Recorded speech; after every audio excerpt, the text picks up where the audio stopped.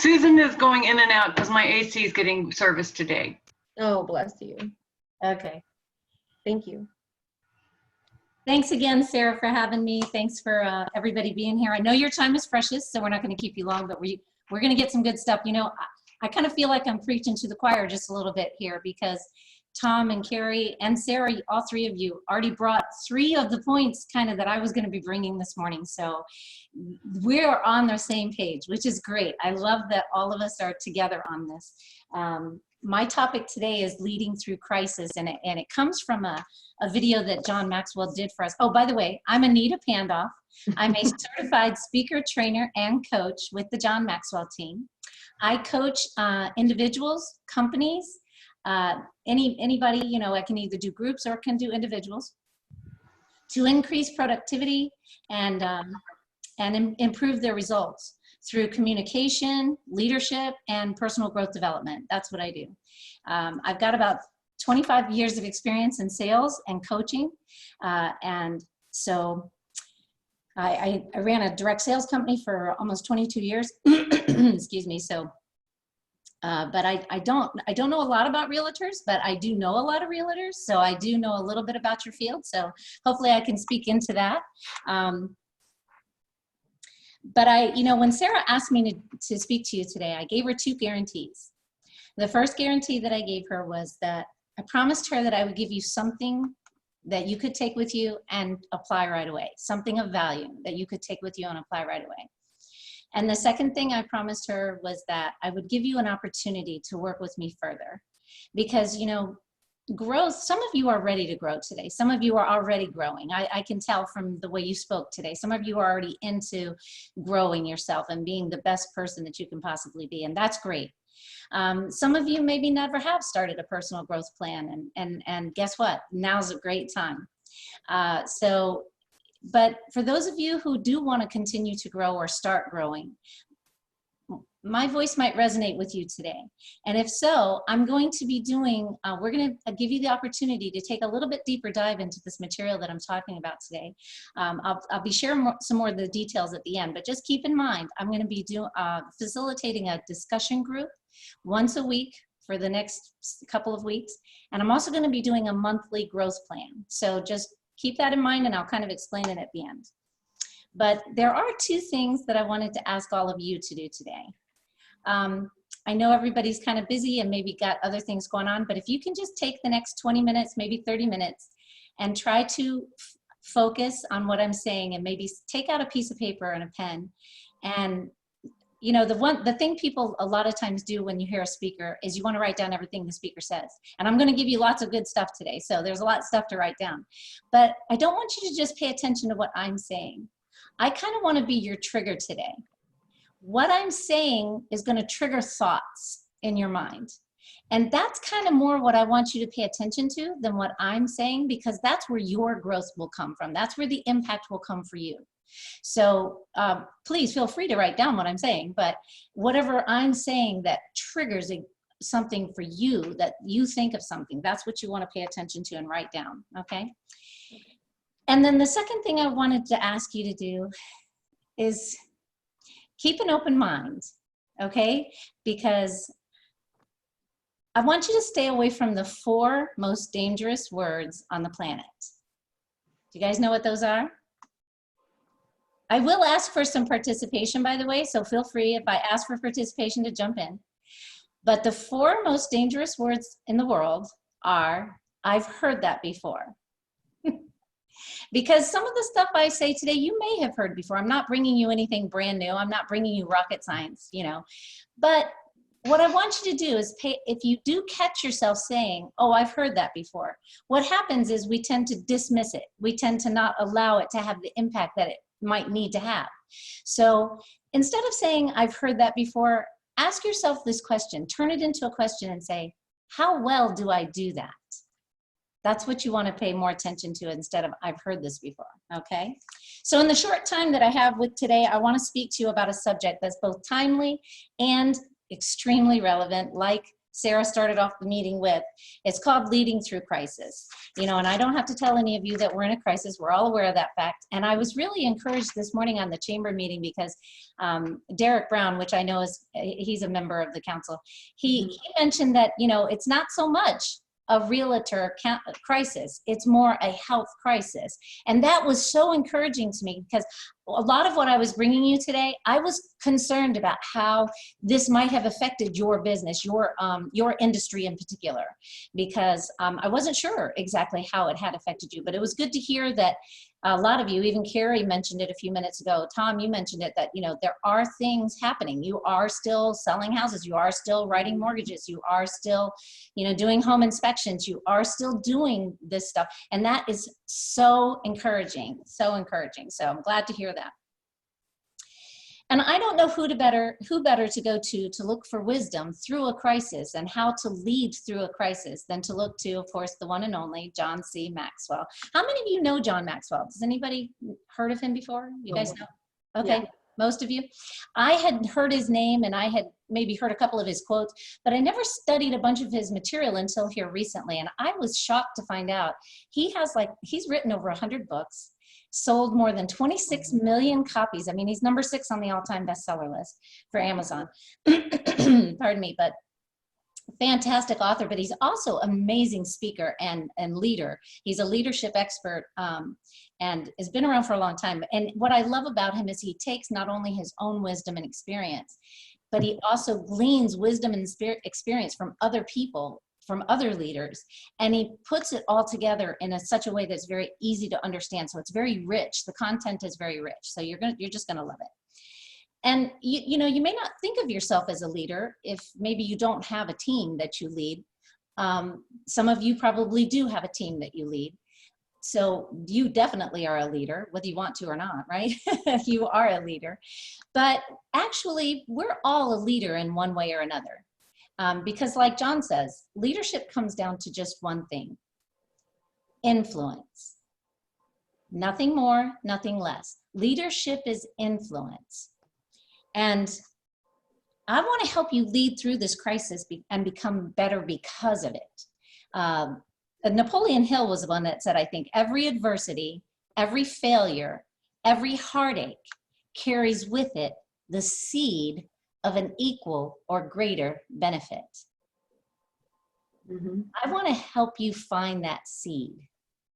I want to help you learn how to plant that seed and how to harvest that seed so that you can get the best out of this crisis. Because I think, Tom, it was you that mentioned, you know, in a crisis, there's always an opportunity, or Carrie, maybe it was you that said, in a crisis, there's an opportunity to get better and something to move forward, you know, to grow.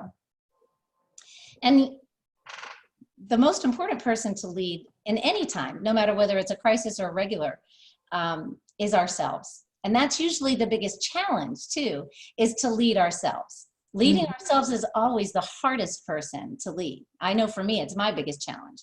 So I'm doing what I can during this time, you know, following all the guidelines, washing my hands as much as I can, wearing my mask when I go out.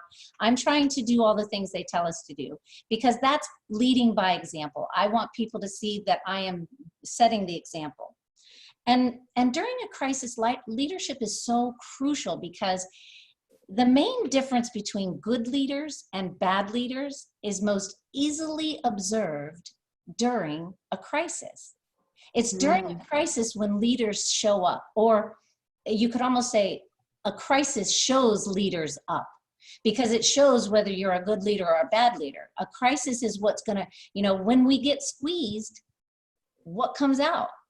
We have to, if we have it in us, what comes out is going to be the good stuff. If we don't have the good stuff in us, what comes out is not so pretty. And John says that everything rises and falls on leadership. That it's the crux of everything. Leadership, everything rises and falls on leadership. And it's during a crisis that leadership is recognized. You know, so I've heard it said that during a crisis is when a leader is born, and that's not actually true. The leader had to have it in them before the crisis got there. It's just that the crisis made it recognized. It recognized the leadership. And if you have poor leadership during a crisis, unfortunately, the the crisis will cause you to fall exponentially faster than if you didn't have a crisis. So poor leadership in a crisis time will take you and your whole team down with you, okay? Mhm. And good leadership, though, it doesn't quite do the same. Good leadership during a crisis, it doesn't rise exponentially like poor leadership goes down. It unfortunately just kind of stays steady. You don't really notice that you're getting good leadership. It just kind of stays there. But that's the key, is maintaining and staying steady. So the challenge for us today is to stay steady and how to maintain. And the best way to maintain is to keep our perspective in the right place. You know, perspective is so important. Actually, the whole teaching today is mostly a lesson on perspective, because how we view things is how we do things, right? That's Mhm. going to be the main lesson here. How we view things is how we do things. I'm going to keep coming back to that thought throughout, because, you know, the way we look at this crisis, the way we approach this crisis, the way we, and any crisis for that matter, or any part of our lives, the way we look at it will determine the success we receive going through it. Okay. So how can we keep our perspective good? How can we keep a good perspective going through this crisis? To start with, we kind of need to ask ourselves, what exactly is a crisis?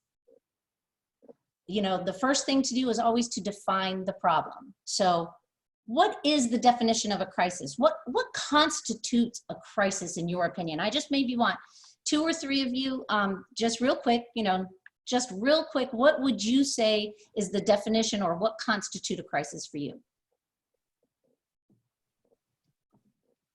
Go ahead, Sarah. Did you want to say? No childcare. No childcare. Okay. Okay. Sarah, where are your kids? That's the quietest I've ever heard your house. They're outside of my house, my husband. They're at Susan's house, finishing up her dog. No, I would say crazy abnormal circumstances would be, Okay. could be good or bad, but crazy abnormal bad is usually a crisis. Mhm. No, that's true though, Alan. Good or bad can cause a crisis, right? It can kind of be a crisis, even if it's a good crisis. It can be hectic and stressful, and yeah. Who else? Carrie, did you have one? I think you said the key there. I mean, I think it's something out of the ordinary that causes stress of some Mhm. sort, you know, and it could be good, bad, it could be anything like that. So, you know, it's not normal in terms of what we go day by day. Right. I came up with, actually, John said this, and I thought it was such a great definition, because he took the definition from the dictionary, he took the definition from the medical field, and he took the Greek root word that it comes from, the crisis comes from. The definition in the dictionary was a time of intense difficulty.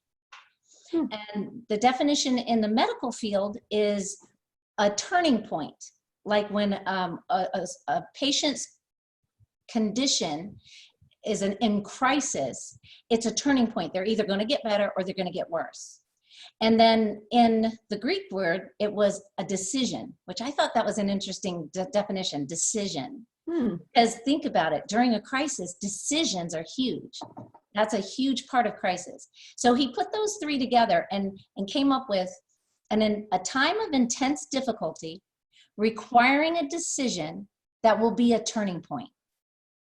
And that's the truth, you guys. This will be a turning point in your business, in your life. We'll all remember the coronavirus. You know, it'll be a turning point in our life. And things will be different after this. Just like 9/11, things were different after 9/11. Things are going to be different after this. So it is a turning point. And so I just want to give you a couple of comments about crisis to help us keep our perspective in place. And then at the end, I'm going to give you just a couple of leadership tips. Okay, so just bear with me. The first comment that I want to make about crisis is, believe it or not, crisis is quite common. It actually happens more than you think it does. Now, I'm not trying to minimize this current situation whatsoever. Please don't misunderstand. I'm not trying to say that we're not in a serious crisis or that this isn't something we should take seriously. That is not what I'm saying, okay? But what I am saying is there's a tendency in a crisis for a couple of things to happen that aren't necessarily positive, okay? One is we tend to think that what we're going through is the worst thing that's ever happened before. Okay, we tend to think we have short-term memory when it comes to crisis. Okay, we don't always remember how bad things were, right? We have a tendency to think that no one's ever gone through anything as bad as this. And it's true, maybe we ourselves have not maybe gone through something as bad as this. And globally, it seems like, you know, this has been a global thing, not just a market thing, a specific part of the market that's been affected, but it's a global thing. So we do tend to exaggerate our place in history when it comes to crisis. Where a crisis is concerned, there's lots worse things that have happened before. And the reason why I'm bringing this up is because it keeps us in perspective. Like I said, I'm not trying to minimize. I just want you to realize this is not the worst thing that's ever happened before. How many of you guys remember Y2K? Okay, everybody thought the world was, the sky was falling, right? Yeah. Okay, and nothing happened, right? I mean, it was nothing. It was a misnomer altogether. And then, of course, you guys are well aware of the crisis that happened in 2008 with the housing market and the banking crisis. Any of you that were in the business back then, you know that was way worse than it is right now. And that's something Derek shared this morning that I was so encouraged by, that it was way worse then than it is now, okay? Now, of course, we haven't come all the way out of this yet, but I really see the trend being better rather than worse. So, you know, and it is terrible that people are losing their jobs, and I don't want to minimize that fact either, that suffering is going on, but not everybody's been negatively affected. Look how many people are being able to work from home. Look how many businesses have been able to continue running their business. Even if it's at a lower rate, you know, they're 50% capacity at the restaurants or whatever. Restaurants that had takeout, man, they were on the ball and they were doing fine. You know, they were still getting through. You got to remind yourself, even if the unemployment rate is at 20%, which it has not reached yet, it's only at 17, 80% of the working class are still working, okay? There's still 80% of the people still working. So don't get so caught up in what's bad that we forget what's still good, okay? I know that a lot of people have lost their lives with COVID-19. And of course, you know, according to some people, you can't really trust some of those numbers sometimes, so they might be a little inflated. But even if they are, just put this in perspective, okay? I did not know this until COVID-19 happened. I heard this from John Maxwell, actually, and I was like, wow, I had no idea. Back in 1918, when the Spanish flu hit the United States, it lasted for 25 weeks, and 25 million people died. 25 million, that's 1 million a week. Okay, now let's put this in perspective. As of last Friday, I saw on the news, we had just topped 300,000 deaths worldwide. 300,000. We're not even near 1 million. And that's how many we were losing in 1918 per week. So that's a great perspective, Anita. Right? Huge perspective shift in my mind. I said, wow, that really put it in perspective for me. So we are, I mean, you don't want any life to be lost. Don't get me wrong. No. Every life is valuable. Every life. There is no life that's not valuable. But thank God that we have a handle on this. We know what the virus is. Back in AIDS, they didn't even know what the virus was for 2 years. So, you know, we know what this virus is. We're 4 or 5 months into this global pandemic. It started back in December, and there's still only 300,000 that have lost their lives. So, I mean, big difference in perspective there.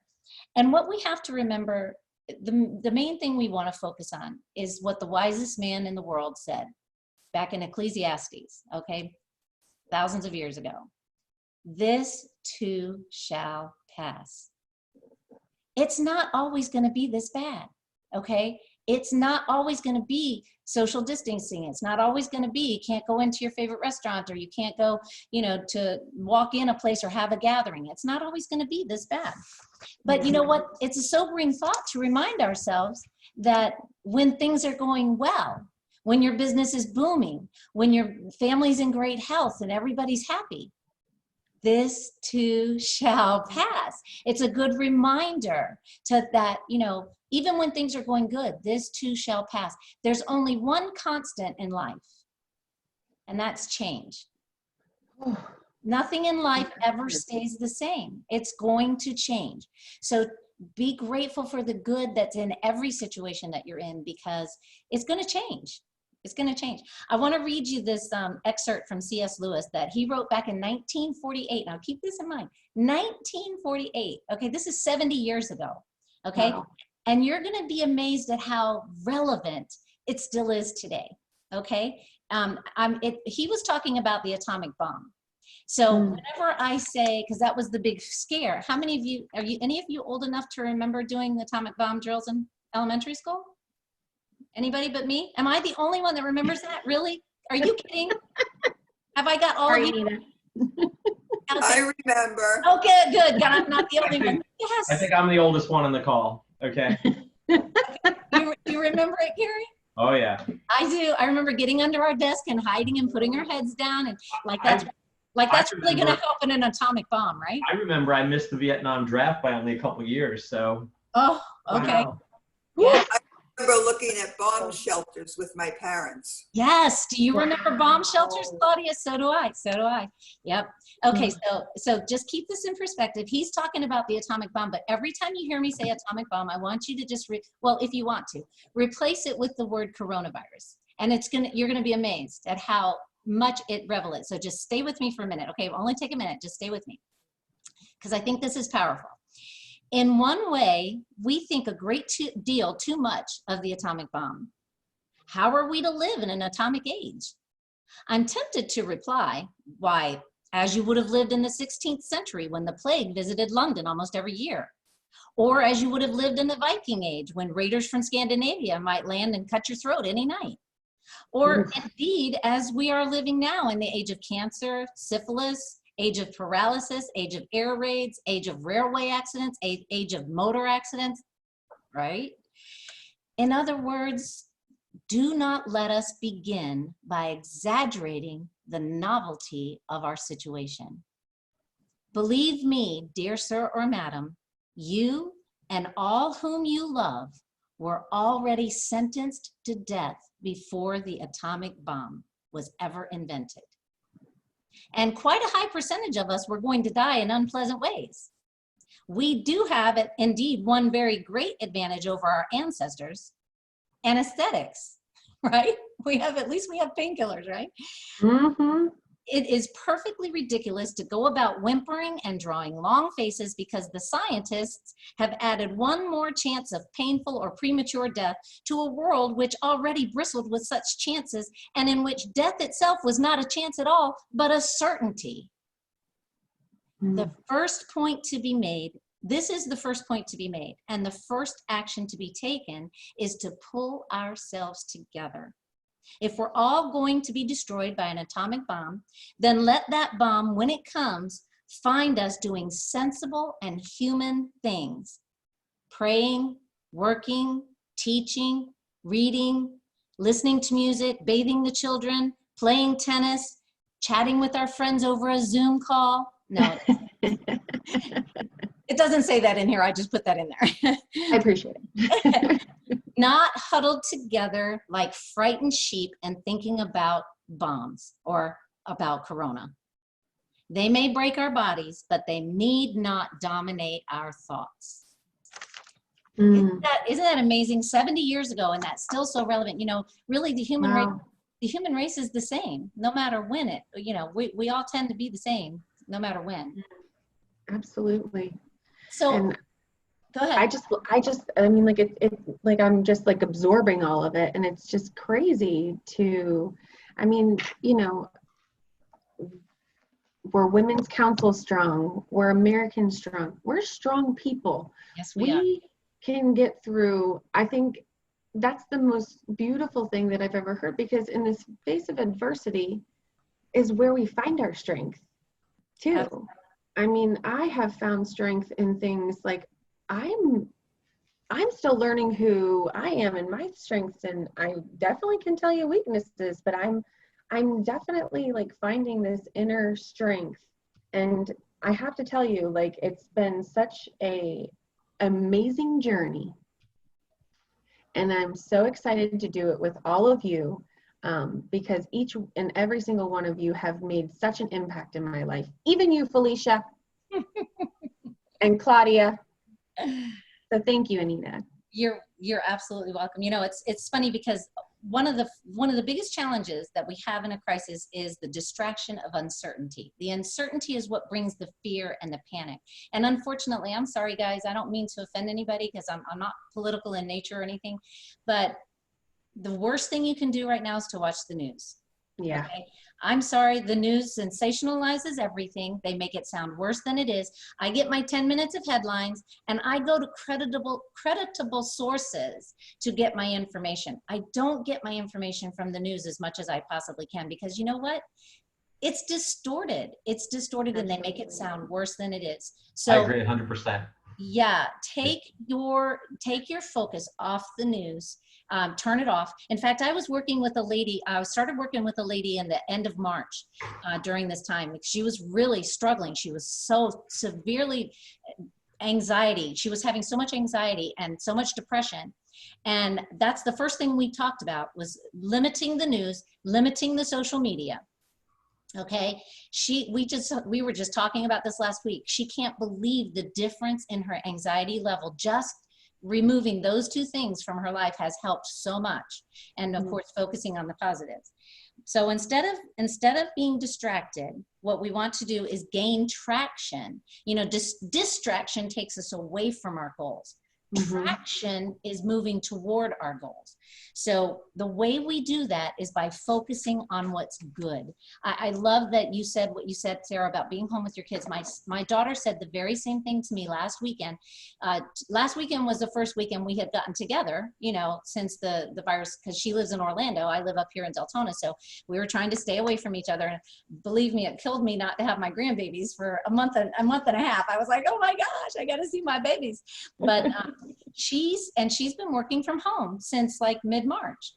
And she said, even though it's been extremely stressful trying to homeschool 3 children, trying to work from home, she said, it's been such a blessing because they have bonded in such a way that she doesn't know if they ever would have if it hadn't been for this crisis, because they aren't running to the soccer field. They're not running to the dance class, that, you know, after work. Even after work, they were so busy. She said she has just treasured this time with her family. You know, I can completely relate. you gotta focus on the good side. My husband worked overseas for 10 years, and that's the only way I got through it, was focusing on the positives about him being gone. You know, when he first went over, we had been married for 20 years and we thought it was just going to be temporary. But when he first went over, so I thought it was just going to be a year or two. So, you know, when he first left, I was like, woohoo, he's out of my hair. Right? I was all happy about him being gone. But after about 6 months, he had a general that came in, and what he was doing was putting the armor on the vehicles. And this was back in the Iraq War, and the Humvees weren't armored at the time. The tankers weren't armored. So when they went over the IEDs and stuff, they were just like, you know, toy soldiers. I mean, it was terrible. And after about 6 months, he'd been putting the armor on the vehicles. One of the generals came into him and told him, he said, with tears in his eyes, and said, I just really want to thank you guys for the work you're doing. You're keeping our soldiers alive. My nephew was on a Humvee that you armored, and he's alive today because you armored that vehicle. And my husband was like, I'm a lifer. I'm not going to be able to leave now, right? So how can you? Right. How can you leave in that? So he ended up staying over there for 10 years. Now, he came home about every 6 months for 2 or 3 weeks, but then he would go back. I have a huge appreciation for military families now because of this. But I also, you know, I got to say, I did struggle with the feeling sorry for myself, and my husband's not here and I miss him and blah, blah, blah, blah, blah. And I kind of had to, this kind of hit home after about the 2nd or 3rd year, because I thought we were only going to do it temporarily. So I had to say to myself, wait a minute, what got me through that first year? What got me through that first year was focusing on the good things about him being gone. I had to start doing the same thing. I had to say, okay, I don't have to cook his dinner. I don't have to do his laundry. I get the whole bed. Yes, I get the whole bed. I don't have to schedule my schedule with him. You know, I'll have to consider him when I make my schedule. I have enough money, I can pay the bills. You know, I had to focus on the good things. And that's what we have to do now to get us through this situation. Absolutely. you know, that was a valuable experience. It taught me because I've actually been able to apply that now. So I want you guys, all of you, just to write down really quick 2 things, right now, just the first thing that comes to your mind. 2 things that are positive of this situation that you think has made the biggest impact on you. Just write down 2 things real quick. I'm going to give you like 60 seconds.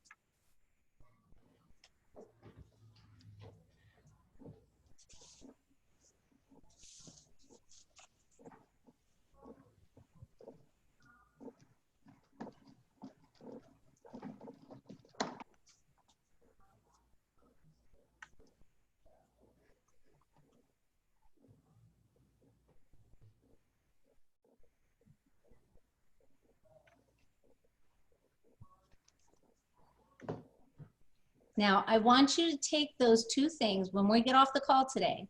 I want you to take those 2 things and I want you to post them somewhere that you will see them on a regular basis, on your computer screen, on your desk, on your mirror. I mean, I would post it in the mirror in the bathroom, but you know, I don't go in there as often. I post it on my computer screen or somewhere in my desk area on my wall. Post it somewhere where you can see them, because that's when you're feeling down, you look at your list and add to it. Add to it as you're going along. This is going to be an exercise that you will be shocked how much it changes your attitude. Because let me tell you something, guys. I don't know if you know this, but our feelings come from our thoughts. I used to just think that, well, that's just how I feel. I can't help the way I feel. That's just, you know, what I'm feeling. I have to wait till I get over the feeling. And that's not true. I learned this a while ago, but I really haven't been applying it as much as I have been lately, since I started personal growth 25, 30 years ago. But I got to do what some people do, a lot of people do. I got to a place in my life where things were pretty good. And I thought, okay, I don't really need to focus on my personal growth anymore. I'm good. You know, I kind of felt like, not that I had arrived, but that I was doing okay. So I kind of quit focusing on my personal growth for probably a good 5 or 6 years. Okay, just kind of, it's one of those things, you know, just kind of put it on the back burner. Mm-hmm. And I noticed that I started spiraling down. I actually started getting more negative. I was less encouraged and less enthusiastic. I was really surprised. And it didn't happen automatically. I mean, it took some time. It didn't happen overnight, but I finally realized, oh my gosh, you know, I'm not in a very good place. I'm kind of negative. I got a scarcity mentality. I've got negative thinking. I'm concerned about everything. And I realized I wasn't practicing my personal growth stuff. So I got back into it. Thank God for the John Maxwell team, because that really gave me a boost too, because I learned a whole bunch of new stuff once I joined his team. And that's one of the things that I've worked on, was that what we're thinking is what causes us to feel what we're feeling. So a lot of times though, we don't even know what we're thinking. It's like a subconscious thought. It's that tape running in the background that you don't even know is running. Like, you know, when you first learned to drive a car, you were like paying attention to every single thing that you had to do, right? And now you can drive a car and you can talk on the phone, you can put on your makeup, you can, you know, whatever, not that you should, but we do, right? So it's background, it's automatic pilot. You don't have to think about it anymore. Your subconscious does it for you. Well, guess what? Your subconscious thinks thoughts too. Did you know we have over 70,000 thoughts in a day? Unfortunately, 90% of them are the same thoughts, right? So what you're feeling is an indication of what you're thinking. So when you're feeling depressed, when you're feeling scared, when you're feeling uncertain, you got to say to yourself, what's the thought that's behind this? And you write it down and you change that thought into a positive thought. So I had to say, okay, I'm feeling scared. I'm feeling uncertain about the economy right now. You know, the economy is going to tank. I'm afraid I'm not going to get what I need. So I have to change that to a positive thought. And I say, I am well provided for. Okay, you know, just something positive, and change that thought. It's amazing how fast your feelings will follow. Okay, so that's a good little tip to help you remember to do. Now, really quick, let me just go through a couple more things. Sarah, you actually mentioned this about how we need each other. It's so important right now that we leverage our teams.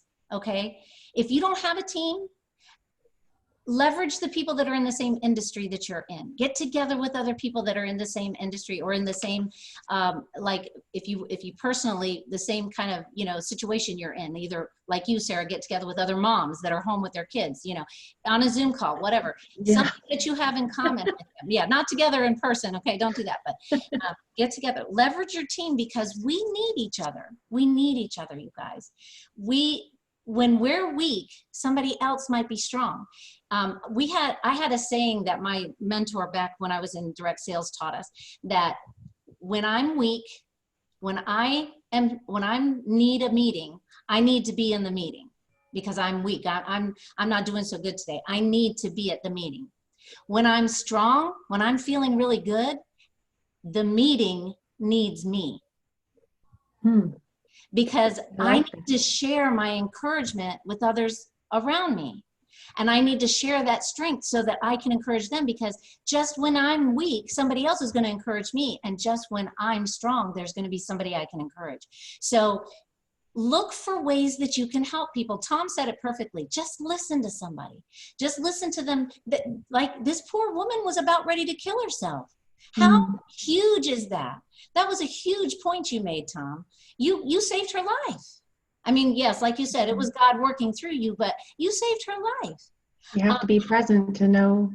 Right. We don't know that unless we get ourselves out there. And when you're weak, you need to get out there. You need to say, hey, I need to talk to somebody today. You know, get together with your team, leverage your team. The point I was going to make, I was going to tell a totally different story, but Tom, your story just blew me away. I had to remember that. You know, what can you do for your clients right now?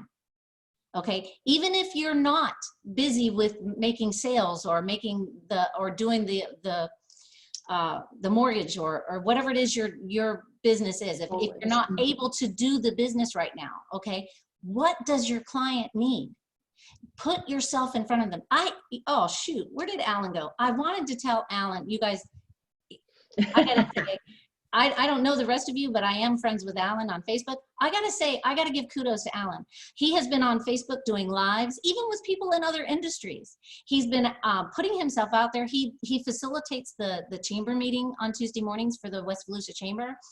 He's putting himself out there and you're seeing him, he's visible. You don't want your clients to go, well, gosh, this whole pandemic, I never heard from them. And then all of a sudden the pandemic's over and you're in front of them. No, get in front of them now. Even if you just call them and say, hey, how are you? Is there something I can do for you? Can I go to the store? Especially if you have an elderly client, or if you have a client that has young children, or a client that can't get out. You know, can I go to the store for you? Do you need something? Do something for others. That's really what's gonna impact not only you, but it's gonna impact them. Well, Okay. and everybody can steal this too. Like, I mean, I just thought, because the Kona ice truck was here the other day, and you can literally have the Kona ice truck go to every single one of your customers that has kids or who's a kid at heart. I mean, but it's a little gesture where you don't have to be in front of them, but yet you care about them. It's not, 90% personal, 10% business. Absolutely. It's how people always remember you, I feel. It's about relationships, right? Mm-hmm. And this is why I'm so excited to tell you guys about my opportunities for us to get together, because these classes I've been doing, people are just, I mean, they're so encouraged. The discussion group that I'm going to be starting, it starts next week, Tuesday. I'm going to do one in the morning and one in the evening, unless we don't have enough for two, but because we can really only put 10 people in a group, because I want people to have time to share. And if we have too many people, we can't really share. So the discussion group is going to be at 6:30 on Tuesday evening. If we have enough people that want to do a morning group or an afternoon group, we'll do that as well. And we're going to be taking the content from something it's a video John made back in March when this all first came out. So rich. It's called Turning Adversity into an Advantage. If you want to know how to turn this adversity into advantage, you're going to want to take this class, or it's a course. It's going to be for 8 weeks. We're going to meet just for 1 hour on the Zoom, 6:30 to 7:30, or daytime if we get enough people, and just for 8 weeks. Okay, been fantastic response. Now, normally this course is $300 per person, but I'm so excited because of this virus and everything, I get to offer this course for half price, just $150. You guys, that's less than $20. It's actually less than $19 per course. I mean, per session, okay? But I have even better news. Yay! Sarah has agreed that depending on how many we get that sign up for this discussion group, there's going to be a deeper discount she can give us from the council's education fund. Yay! Okay. Oh, and plus you get 2 for 1. When you invite somebody, and they don't have to be in the same, they don't have to be in the council, they don't have to be a realtor, they don't have to be in the same field as you. It can be anybody, it can just be a friend. I want to get this information out to as many people as possible, okay? So when you invite somebody to join the class with you, you get 2 for 1. So you can either pay the $150 and they get it free, or you can do vice versa. They pay the $150, you get it free. Or you can split it, you both pay $75 and you both get a great deal, okay? And the more people you invite, the deeper the discount you're gonna get, okay? Now remember, that's just my discount. I'm not including Sarah's discount. It may be even greater than that. So it may be even less. Probably will be much less, probably be more like 100 per person. We don't know yet, okay? So it depends on how many people we want everybody to get in on it, so. Absolutely. And, you know, I'm definitely willing to open if our strategic partners want to take advantage of this, you know, discussion group. We're willing to entertain an education reimbursement for you as well. Because what I hear when she's describing this is basically, I mean, an accountability group leading through this. Yes. And for me, that's imperative. So I will definitely be signing up. So if anybody wants to join me, but we had discussed, you know, in the time where we've been able to save a little bit money as a council because we have not been going on the leadership trips that we have meant to be. Thank you, Carrie. Appreciate your time.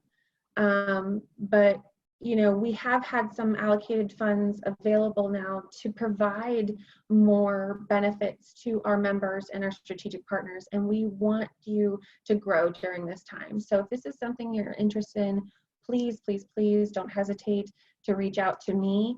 I would be happy to give you the details, or Miss Anita. And if you could, Miss Anita, go ahead and just maybe put a couple details in the chat group. Yes. For our, you know, maybe a little bit farther members for us. Yes, and I have another program I want to mention too. Okay. Yeah, oh, great. But I will put my info in the chat box when I'm done. I can't talk at the same time. No, I don't blame you. I can't either. Right? I could not either. But I also have another program that I would like to offer you guys, because I feel this is something you can do both. You can do one or the other. You can do the discussion group first and then jump in on the personal growth one, because I have a personal growth plan too, a monthly personal growth plan that's kind of like a subscription. You can join it, and it's a continuous thing. It's a recurring every month. We're going to do the second Thursday of each month. We're going to do a teaching Zoom, and then on the fourth Thursday of every month, we're going to do a sharing call, a sharing Zoom, where we all get to talk about, collaborate, brainstorm, mastermind what we're doing, how we're implementing it, how it's going. Because you guys, I learn as much from you guys as I'm teaching you. So it's wonderful. Everybody learns together. It's great. That normally runs $97 a month. And right now, because of the crisis, I get to offer that for just $39 a month. You guys, that's amazing.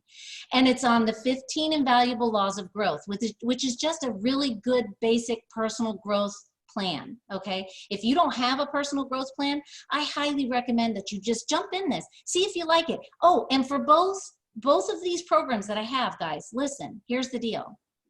100% guarantee money back. There's no risk. Hey, she's got the book. Yay. You guys, this book is fantastic for just a good personal growth plan. It's something to just keep you on track, keep you on your goals, keep you on moving forward in your personal growth. And the best part is, you know, personal growth never ends, you guys. It's a constant, it's a lifelong journey, because the more you grow, the more you have capacity to grow. So you just keep growing. It's wonderful.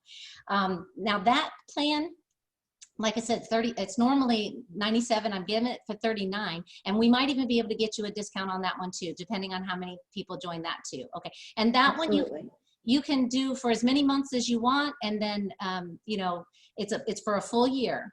So you can do the whole year. You can jump in for 6 months, however long you want, because it's per month. You just pay per month, and it's easy. I send you a recurring invoice. It's very, very easy. But both plans, both of the programs have 100% guarantee. If for some reason you don't feel that you got the value out of the program, no questions asked. Well, wait a minute. I might ask you how I can improve. Okay. I might ask you how I can improve, but I won't fight you about your money back. You know, you get your money back if you don't feel it's worth it. But trust me, everybody's been loving it. It's been great. So, but let me just leave you with three thoughts before we close. Okay. Just really quick. Couple things on leadership that I wanted to give you. Number one, put the people first. Like we were saying, make it about the relationship. Number two, show up early, like Alan did, like, you know, these other people that you've seen out, you know, on Facebook. Show up, be in the trenches with them. You know, don't be absent and then they never hear from you until after it's all over. Be visible. And then 3, have a game plan. Have a game plan. You know, we want to be in the crowd, but we want to be above the crowd.